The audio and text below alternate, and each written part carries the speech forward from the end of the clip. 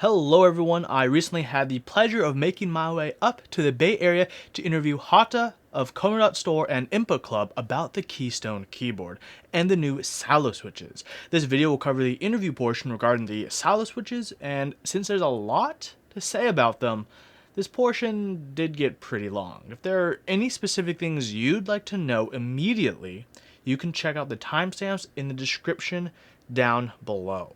I'd like to give a major shout out to Haata for spending one of his Saturdays with me, as well as kono.store for setting this whole thing up. Please consider checking out the Kickstarter for the Keystone keyboard in the description down below. Now let's get to this little silo switch interview. So I just want to dive straight into probably one of the really exciting parts of this keyboard, which is something that you guys are really known for, which is making new switches. And the new switch is this silo switch. Yes. Can you give us a brief breakdown of the silo switch? So the silo switch is kind of an amalgamation of all the different kinds of switches and ideas I've had for the last, 10 years. We kind of first got into making switches with sort of the Halo and then the Hako switches. However, in Halo and Hako, what we did was said we can change one part completely, so the sliders specifically, and what can we do to make it totally unique compared to what's out there. With Silo, we had an opportunity to build an analog switch, and because you can't really build an analog switch with a magnet in it into a cherry housing with pins and things like that. It doesn't really work, sort of. So we had the opportunity to redesign the entire switch. So every part of the switch is custom. The bottom housing, top housing, spring, slider, every part of it is the sky's the limit.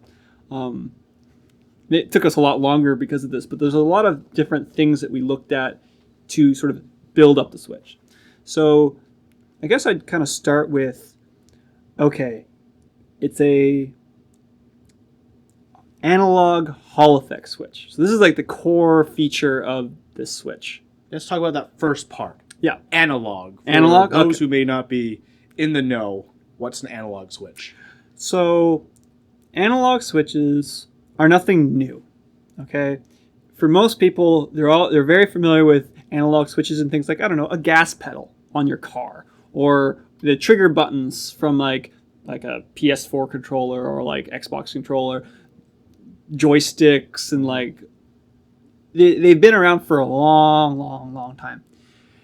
However, in keyboards, they have not been around. That's the first kind of claim to fame for a consumer grade keyboard would be Wooting, but you've also seen King's Assembly, Aimpad, and the very first one. This is the Ben Heck Show.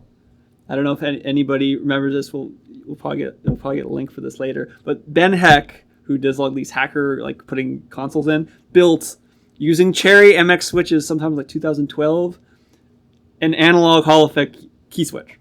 In today's episode, we'll be making an analog WASD keyboard. I want to improve the PC gaming experience by allowing the same kind of analog movement control that you have while playing your video game console.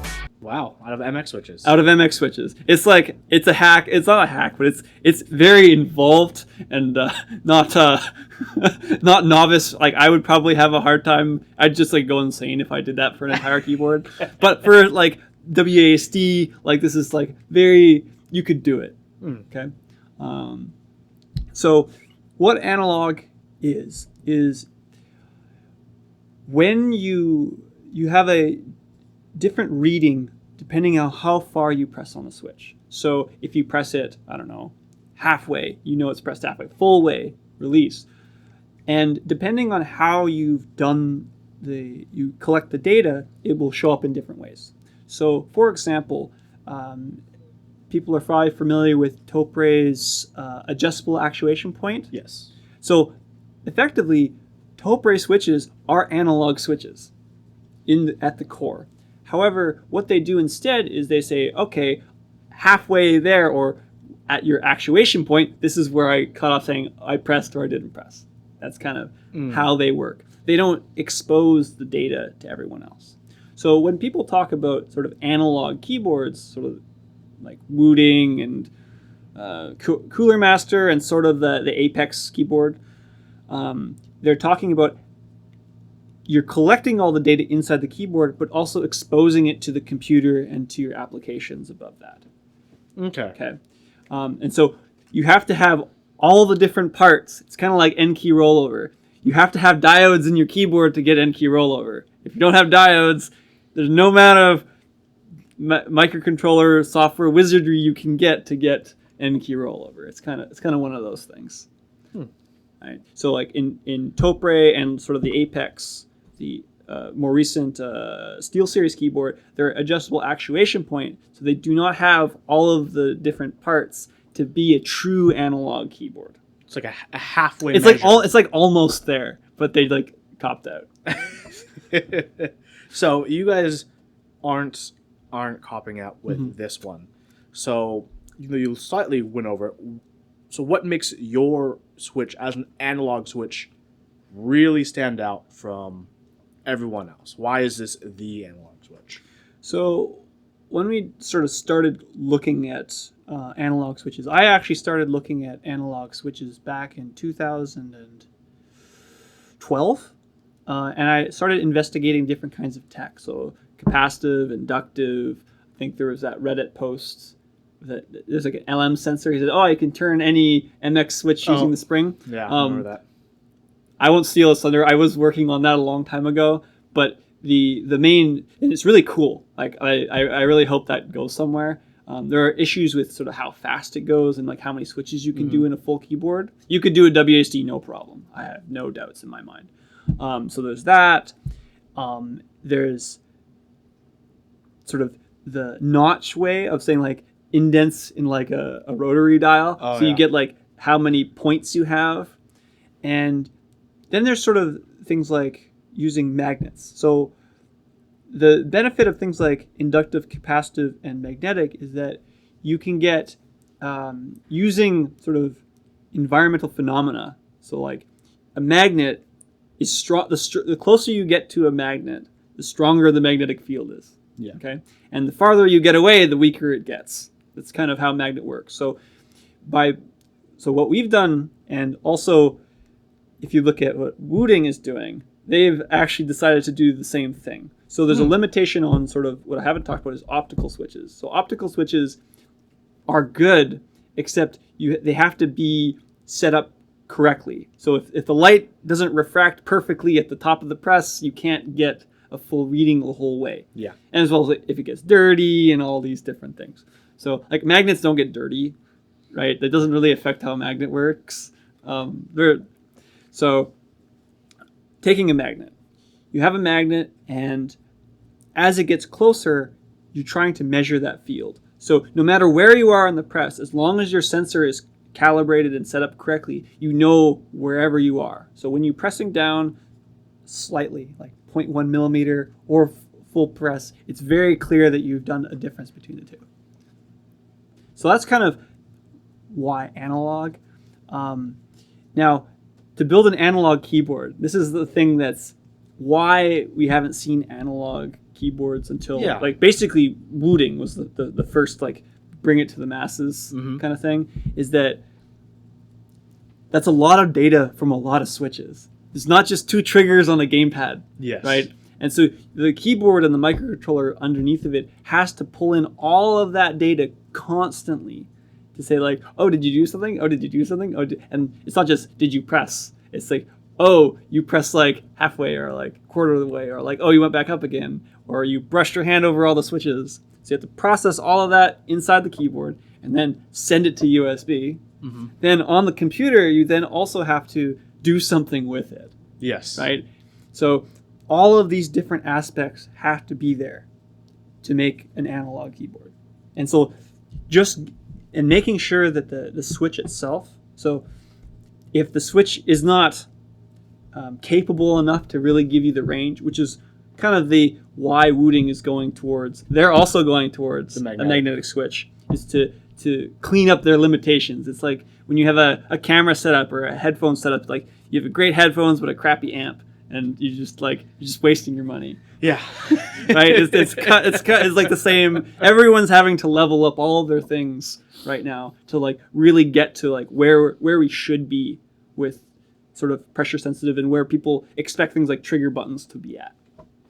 So since you mentioned magnets in terms of analog, so essentially you guys are achieving the best you can do through magnets for your analog. And that takes us to the second part of your description, which is it's a Hall effect. Yes. So I'm a little bit familiar with Hall effect. A lot of people may not be. Why Hall effect in particular? This, in a way, old technology. If people look it up, people will be like, this patent is from like my grandpa's days. Yeah. Why Hall effect?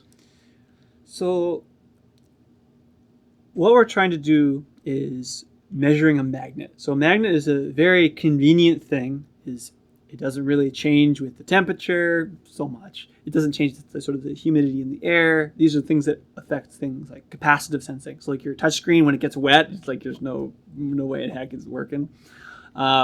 So we're trying to measure a magnetic field. So you can look at this in like, I believe it's Teslas is the units, or milliteslas, and there's one other units for the American.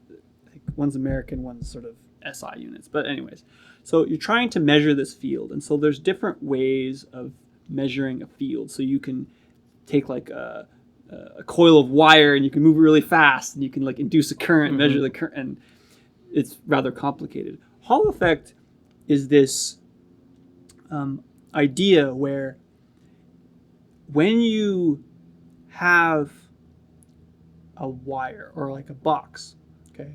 So imagine a little box with electrons, and they're just like in a line. Okay, so you have power going through electrons, and when you put a magnet next to it, it'll actually pull the electrons closer, because if the electrons are all in a row, they're really small, and your wire is bigger than the electrons, so it's going to pull them closer. Okay, and as they get pulled closer, you can actually measure the side of the like a wire and say, oh, it's closer to this side of the wire than the other side of the wire. And that's kind of what Hall effect is at a basic level. You're measuring how far the electrons are drifting. Okay. So to answer your question of why Hall effect is, this is actually very easy and fairly inexpensive to manufacture. So one of the big problems with the keyboard, and as many enthusiasts know, is that there's a lot of keycaps.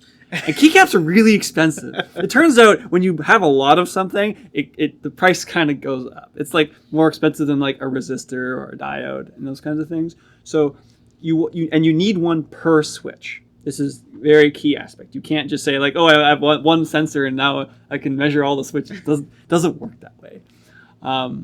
So you need this sensor across every switch in the entire keyboard, and Hall effect is probably one of the least expensive and sort of space, like it's very good in sort of space usage. The very small real estate on the PCB itself. So with sort of magnetism and then sort of an inexpensive sensor combined, you can actually get a keyboard or a switch kind of setup that's very similar to like a modern contact switch. Okay. Right. It's like, because you can go to much fancier and much more wildly accurate things and precise things, but when you start looking at, oh yeah, the keyboard's gonna be $10,000, like not many people are gonna buy it. Yeah. and you're still talking like plastic case and right.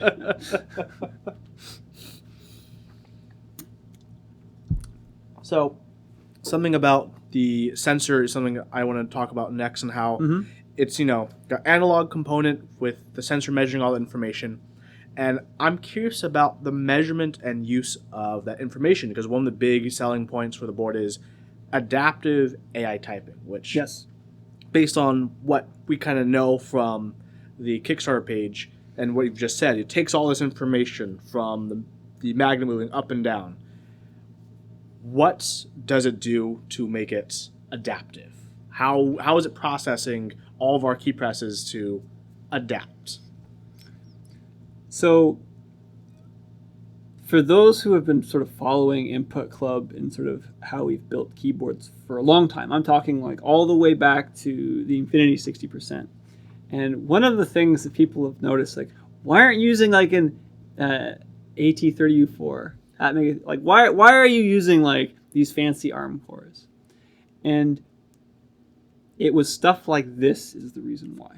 So part of it is we're now taking in a lot of data. So if you think about it from slightly software, I'll try to see if I can scale this back as much as possible. So if you're trying to have a keyboard and you have 100 switches, let's say, and if you're a very simple keyboard, all you need to show is a 1 or a 0 for each switch.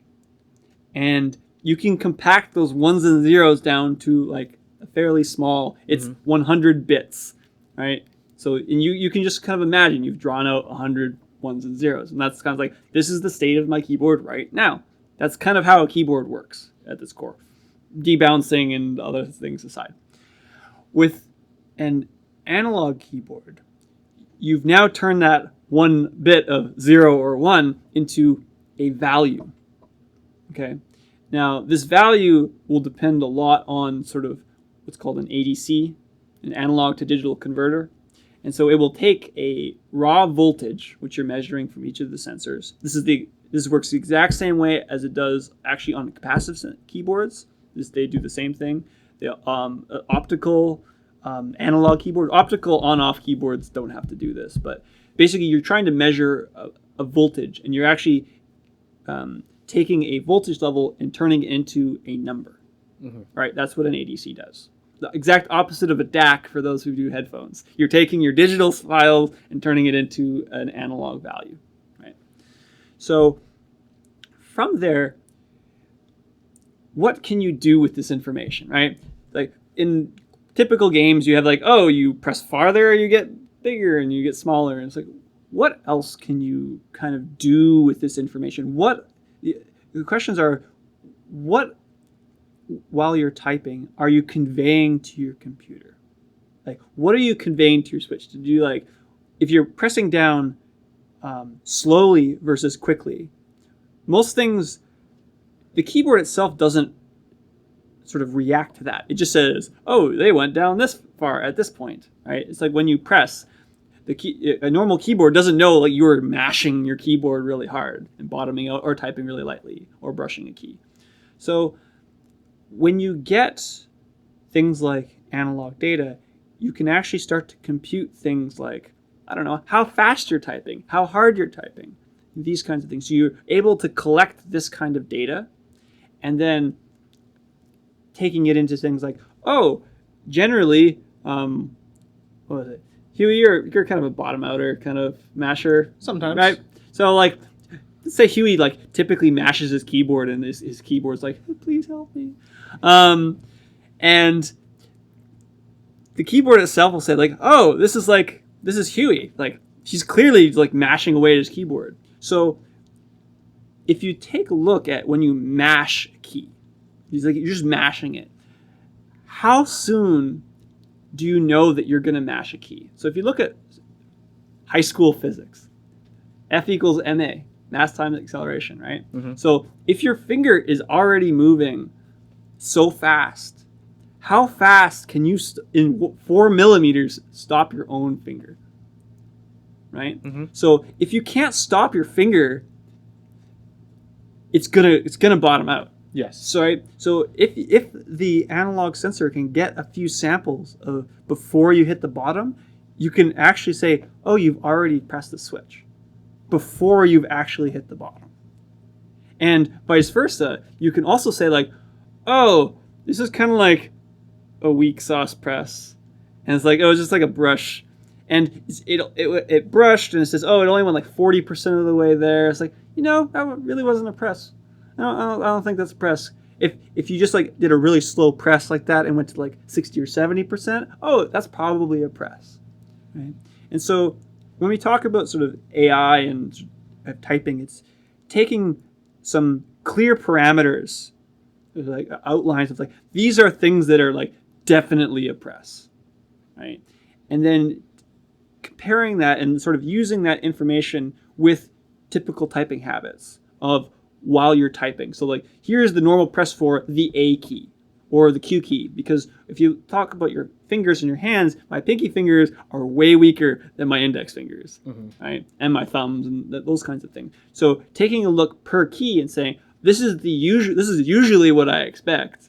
So under this usual situation, you've pressed or you've not pressed, right? That's kind of the core of this AI adaptive typing, is saying, what is the intent? That's the kind of word that I like to use for it. Is it's detecting intent rather than, oh, you've pressed 60% or you've bottomed out, or like, it's like, I intended to press. Okay, so in the keyboard, considering the intent of a press, is there any worries or concern about either false registrations of keys when brushing them over, or just non-registering of keys when people press them? Because some people maybe, they mash when they type when they're working on their work, but then when they play games, maybe they're more delicate and dainty or more precise. What about the switching between this and that, or different applications? How does it know, I'm just wanting to be more careful for this task versus my normal mashing? Yes. A lot of it has to do with, there are particular sort of cues that it's always looking for, right? For example, if I slowly as possible pressed all the way down and hit the bottom, or 80% of the way, it's like, I'm pretty sure I meant to press that, because it's a constant movement. Like, it's looking for the difference between constant presses and sort of these short indented presses. Because when you think about errors, because that's really what you're looking for. You really want to hit all of the, I did mean to press that, but you want to reduce the errors as much as possible. So looking at things like, what's a usual error? Now, if someone else comes and starts typing and they type in a different way, let's say, what's a good example? I'm not really a good example. So Huey was mashing and his keyboard was like, ah! And I come over and say, well, I'll just type lightly, because say I'd been using like Topre 30-gram keyboard for a while, and it's just like, I'm not really good at like mashing an MX Black Switch keyboard very much. And so it's like, oh, I'm just typing. So when you start to analyze this kind of data, there is an intent of how your finger pressed as well as deliberate increase, right? And so if you think about how you release, so a press is very deliberate, like your finger is pressing it down. A release, however, is if you brush your hand, the spring will use the maximum amount of force because you've just released your hand immediately. So if you kind of took a keyboard and you just kind of like went over like this, the switch will go boop. Yeah. Because your finger is not letting it back up. Because it's impossible to like lift your finger up instantly and let the spring, there'll always be some sort of, this is the big difference between using a force curve gauge and actually typing, right? It's slightly different. Yeah. So looking at the data of say, oh, you've pressed more slowly. I don't think you've pressed yet. However, I'm not sure. So delaying actuation point slightly until you release the key. So pressing downwards and until you start to release up, right, is possibly a more accurate way. Now, I say all these different ways of analyzing this. It'll all be configurable. So if like you hate AI adaptive typing and I want my 60%, you can like, or 62.3% down, like you can just set it. Like okay. That's nice and simple. Yeah. So there's a few things that you just mentioned that I caught in those examples, which is, you mentioned that it kind of tells how quickly and how slowly you're pressing. So I'm guessing it's using the distance traveled over time for the velocity, and of course, from there you can extrapolate the acceleration as well. Through the programming of the keyboard, since it can detect all that information, could I, for example, say, oh, a soft press is a lowercase a and a mash is an uppercase? Yes. So I could fully configure my board to be, if I'm just angry, I can type in all caps without hitting that caps lock key. I just rage on my keyboard. Yeah. It'll be like you may want to have your rage level set really high because sometimes you just type aggressively. So it's like you may want to turn up to max rage. But yes. Okay. Yeah. That's for those that have followed KLL at all and actually read the spec. I'm sure most people have not. I predicted analog keyboards in 2012, so that was one of the purposes of this, of how I've done firmware up to this point, is to sort of build on this and being able to say I want to rage on like just WASD. You can do that. You don't have to say my entire keyboard. There's like 2 levels. Hypothetically, you could set like 30 levels. Whether or not you can functionally do this is another question. It's like you can set as many levels as you like, but being able to have your fingers do such things is another question, right? Yeah. There's also one thing that you haven't kind of mentioned. So with the silo switch, we're also looking at doing tactile and clicky versions. Yes. And one of the questions I've gotten a bunch of times is, well, it's linear and tactile. Why do you need analog? Right? Because like, it's very clear. You've pressed the switch. It has your bump. That's where your actuation should be. However, there have been a lot of switches all the way back to 70s, mostly through the 80s and through ALPS, NEC switches, and box clicky switches, where they actually separate activation, the contact, with click.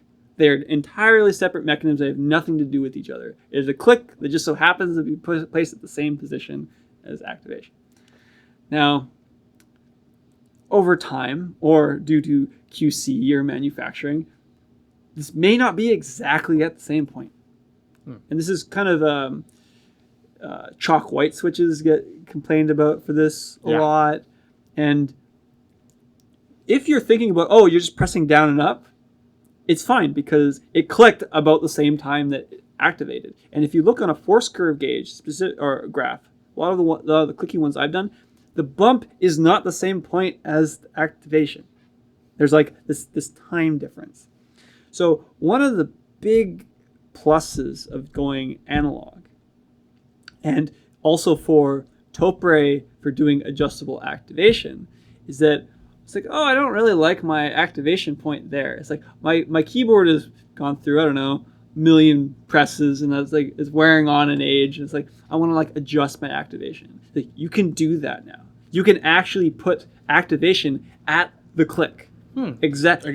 And if your switches, or like you have, I don't know, let's say like in 5 years someone gets harvests switches from a keyboard and they want to like tune all their switches instead of just bending all their leaves and their ALP switches, they can just say, I'm just gonna tune all my switches. I'm also, I don't know if this will be ready for the time we ship, but I'm also playing around with some ideas on dynamically determining bump. So I've learned kind of like a calibration system. Yes. So I've done a lot of work building force curve analyzers. So there's a big difference between a force curve gauge and a finger. Yeah, there's the squishy bit. Yeah, fingers are squishy, really squishy, and they apply tension rather than sort of like a screw gear that just like. Yep. It's like they move down and up regardless of how hard that bump is. It's gonna move. Yeah. If you type slowly, we're not going to talk about like just mashing. If you type rather slowly on, say, like Cherry's Clear, Hako Switch, Navy, or whatever, when you press, you'll notice that when the bump ramps up, your finger position will actually slow down. Okay, and so because the the spring does not change, you can actually map where the bump is on the switch. Now, this is pretty tricky. I'm not like finalized on this, but it should be possible to say like, oh, you put a new tactile switch in. I'm just going to say, this is one of my cues to say, like when I said intent, it's like, if I can detect a bump, it's like, that's a pretty darn big cue of like, if you've made it past the bump, you're probably meant to press it. Yeah. Right. So like, again, it all factors into sort of an algorithm, or basically that's kind of why it's an AI. It's an analytical AI. It says, take all this information, let's make a decision based on external factors and internal factors. Yeah. Okay, so next I want to talk about the switch itself, which we have one here, the new all clear housing switch slider. This is not a real one that will be released. It's very, very close. It's close. Very close. It has the kind of general aspects. There's some tweaks here and there that still need to be done, but right. I say that because this is one with a click bar, not the Beamspring mechanism. The ones in this keyboard actually have the beam springs. Yes, which feel pretty good. So, I'm an enthusiast, and I have a lot of questions on behalf of enthusiasts. Mm-hmm. How easy is this to take apart? Let's see. I can probably do it right now if we have like some tweezers and stuff like that. So I'll do a few things. It's a little hard for everyone to see, but generally the same kind of design where you kind of flip open the latches. So you come up like that. Yep. Just kind of comes off. Nice and easy. Yeah, it's fairly easy. The latches are designed this way on purpose. So if when you do look at sort of the renders and the images online, there's these kind of flaps on the side. Mm-hmm. And these flaps are there as kind of they're latches. So when you push it into the plate, we'll actually be distributing a tool to pull these switches out. So hot swap switches need to be securely fastened into the keyboard. And one of the nice things with contact switches is that you have these hot swap sockets. They don't hold down the switch a lot, but they definitely keep it in place. They don't wobble around. I don't know how many people remember Wooting's first key, the Wooting 1, the very first launch of them. One of my personal complaints about it is switches are kind of wobbly. Yeah. I don't really like the wobbly switches, and it has nothing to do. The switch itself isn't bad. It's just that the tolerances just can't. You have to factor in the plate tolerances and the switch tolerances to make sure they latch, and make sure you can still hot swap. Yeah. Right. If you latch it in, I have these beam springs are actually. There's one switch on there that's latched in so hard I have to like take a screwdriver and go pop. It's ridiculous to take out. So I didn't want that either, because then they're not hot swap anymore. So there's actually these latches. They'll have a tool that kind of comes down and you pitch it and just pulls out. Okay. So you can shake your keyboard and the switches will not fall out, but you can pull them in and pop them out. That took us months to come up with, of numerous designs of like what can actually be designed for a reasonable cost. Right. That's good. I know for a lot of people have always had issues with hot swappable keyboards where the plate's too loose because it's too easy to hot swap, or some manufacturers get around that by making the plate too tight. So it's just a pain to try to extract switches. This in this case, like you want to make your plate like at dimensions, but when you pull on them, you squeeze the tabs with the tool. It's really easy to come out because you've bent in the tabs, so you just pull it out. It's kind of similar to how cherry switches, you can they pull the whole housing flexes, right? It's kind of iffy, but yeah, but it's purposely done this way. Let's see what else can I talk about on this switch. Talk about the slider, easily lubable. Yeah, I mean, 2, 3 contact points. So, contact points. So, in the center, there's kind of like this cylinder. And so the main kind of contact is that cylinder around the point. So you probably could just put lube right in the cylinder. There's actually going to be a hole cut out. So you probably just won't dab it in because it'll push it onto the sensor. And Yeah. I mean, it's Hall effect. It doesn't care. Doesn't matter, yeah. You could pot the whole thing and make it semi-water resistant if you wanted to. But so yeah, you'd lubricate there, and then there's a little bit of contact points around the sides of the slider. And that's about it. It's like fairly straightforward. Nothing. Pretty simple. A question that a lot of modders would have is, will the specs of the springs be available in the future so people can make their own aftermarket weights for the springs? Sure.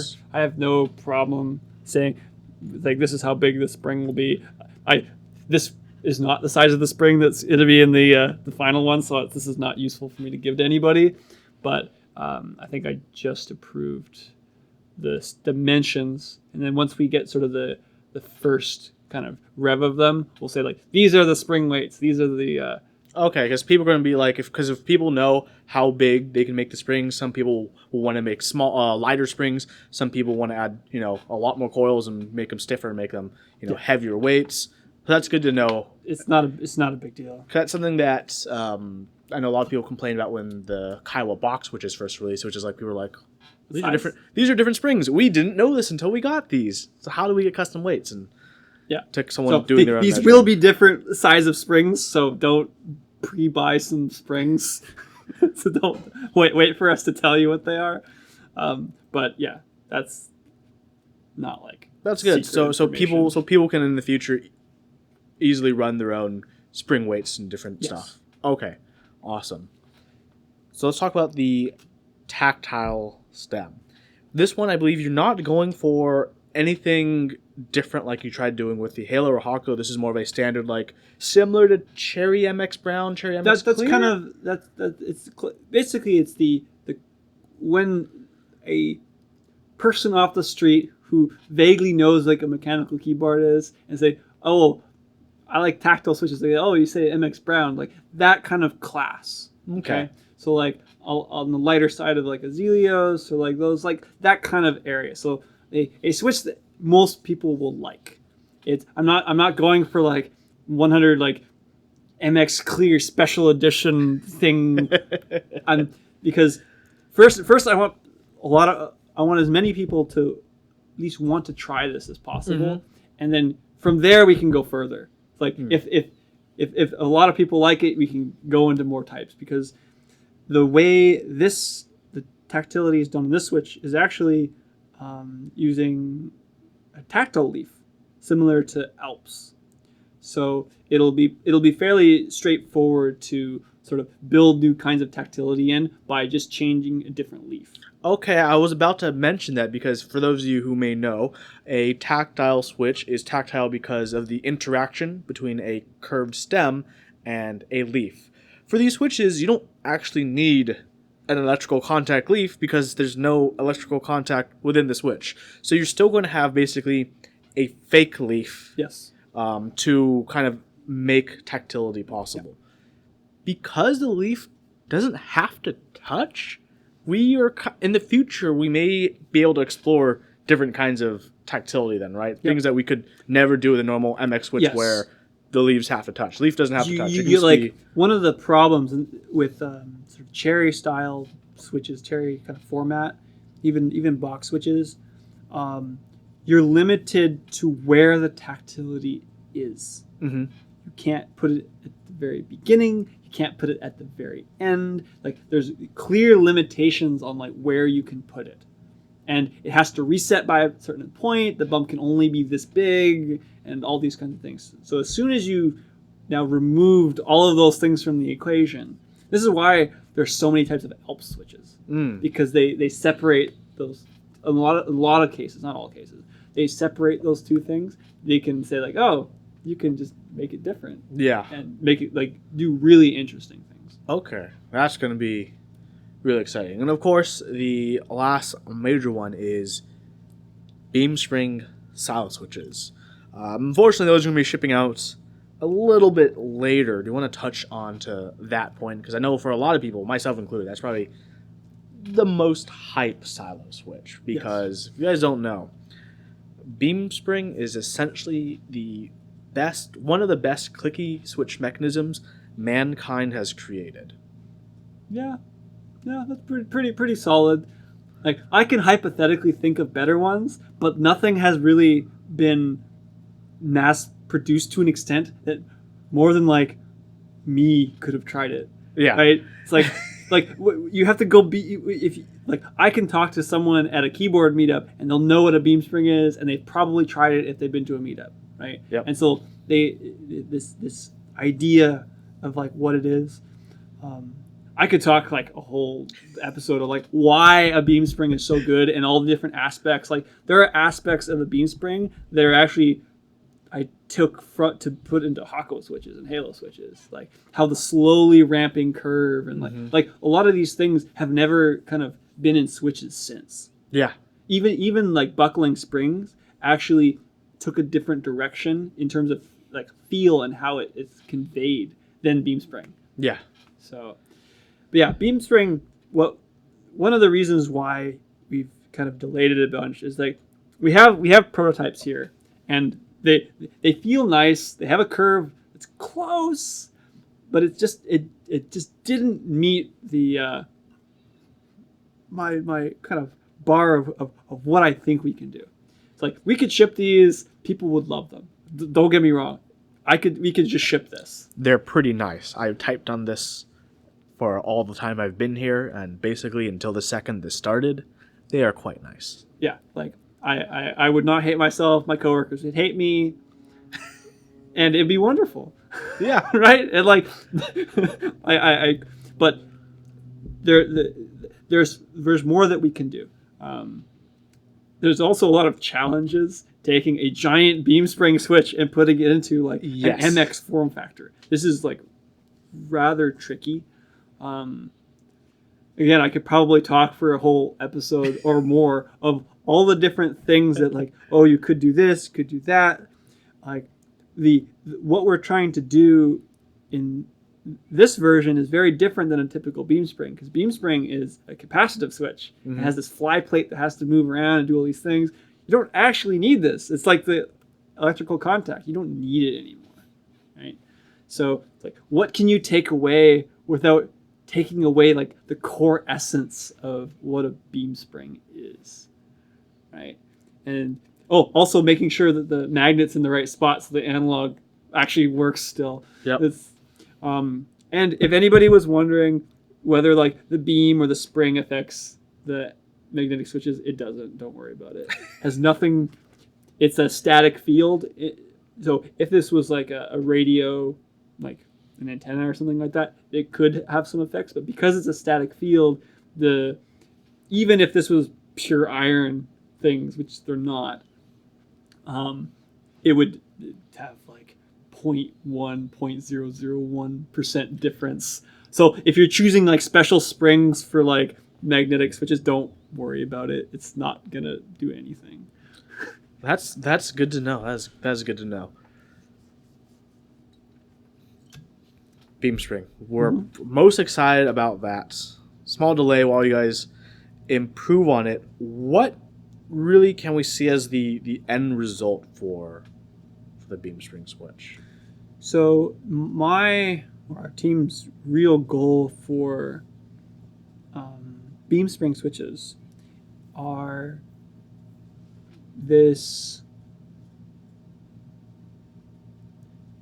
Gene or Parak. I don't know. He's not like super vocal in the community, but he's been around probably just as long as I have, and he was the first person to remember the Kish Saver and like all the assortment of all like those 3 keyboards. He was the first person to actually assemble a full set. So that was like he had the full like actual set, not the remade ones. And then shortly after, like someone found a whole bunch of our. But so he's really into IBM stuff, and he managed to acquire new old stock replacement Beamspring switches. Wow. And what's really interesting about these switches, I have them on my Plotly graphs, is they're significantly lighter than a standard Beamspring. They feel so nice. So one of my personal complaints about typical Beamspring is they're kind of heavy. They can be. They're kind of they're also have like an illusion that makes you think they feel lighter. They just kind of, it's like, oh, this is so heavy, my fingers are getting tired, kind of thing. But these are sort of, I typically say like Beamspring is closer to like MX Clear, like a little bit more like that kind of territory, where these are like closer to like 65 gram, Okay. 55 gram. Yeah. Like it's just so nice. So we have he has these samples, and that's what kind of what we started with. Of like, this is what our target is. So I have all the force curves measured of these things, saying like, okay, I want it to be as close as possible of the different the key aspects of a Beamspring. One is that it gently ramps up to a point, falls, right, and somewhat near the end, right. That's kind of like a key aspect of like, it ramps up, falls, and then kind of like there's like a little bit of ramp at the end, but it's like it's significantly different from what you started with. Yeah. Right? Depending on how we do the coil spring, because every Beamspring actually has a coil spring in it as well. There may be more of a ramp at the end, or you fall into the switch. That's up to be debated. And then how the reset happens. The other key aspect is that sound. The sound. So the sound was a really big part for anyone who's been to a meetup, tried a Beamspring keyboard, or you own one if you're lucky enough. That is a very iconic sound. I don't think, can you really replicate that sound in such a small form factor? You can't, can you? You can get close, and it really depends on how you're making the sound. So if you look at a Beamspring is actually not a metal on metal sound; it's a metal on plastic sound. So it is possible in this form factor. That's kind of what we're doing here. Is so you need a band of metal that's kind of like slapping against, like basically impacting. And part of that sound and why it sounds so good, this is the part that will be tricky, is the case. So another thing about the Beamspring keyboards is they're so beastly. Those cases, they have that metal shell where the keyboard sits, and then that metal shell just clamps or just screws onto just giant echoous case. Yeah. Sometimes with a solenoid. Yes. So it's that part. It may require some enterprising enthusiasts and custom case creators to step up to like go that aspect, but they still need the switch to actually start with, right? Yes. You're not gonna get like a box switch and get a Beamspring sound. Like That's impossible. it's just impossible, right? MX Blue is never gonna sound like a Beamspring, right? So you have to start from somewhere. Like there's been a lot of really cool cases. Basically, since I started in keyboards, like there were virtually no custom cases when I started, and now it's ridiculous. Right? Everyone's making a case. Yes, and so like I'm like not concerned at all that someone's gonna make a case that's like worthy of a Beamspring, right? I haven't like 100% decided on this, but I may leave some secret tidbits on the PCB for a solenoid. It won't ship. Definitely will not ship with the this version, because there's no way we can get that price point with solenoid, this is solenoid, because solenoids are kind of expensive. But I may leave some convenient things for DIYers to add a solenoid to their nice keyboard. little 2-pin JST connector for us. Something like that. Something along those lines. Like if you could solder some cherry switches, you could probably do this. Okay. That'd be nice. That will be nice indeed. Yeah. That's going to be exciting. Yeah.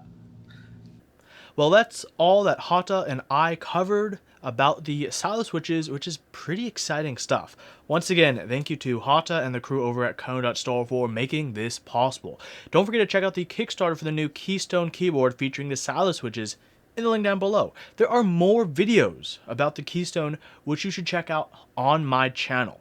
Don't forget to subscribe if you haven't already, and make sure you ding ding ding ding ring that notification bell to get notified when a new video goes up. I'll see you guys in the next video. Thanks for watching.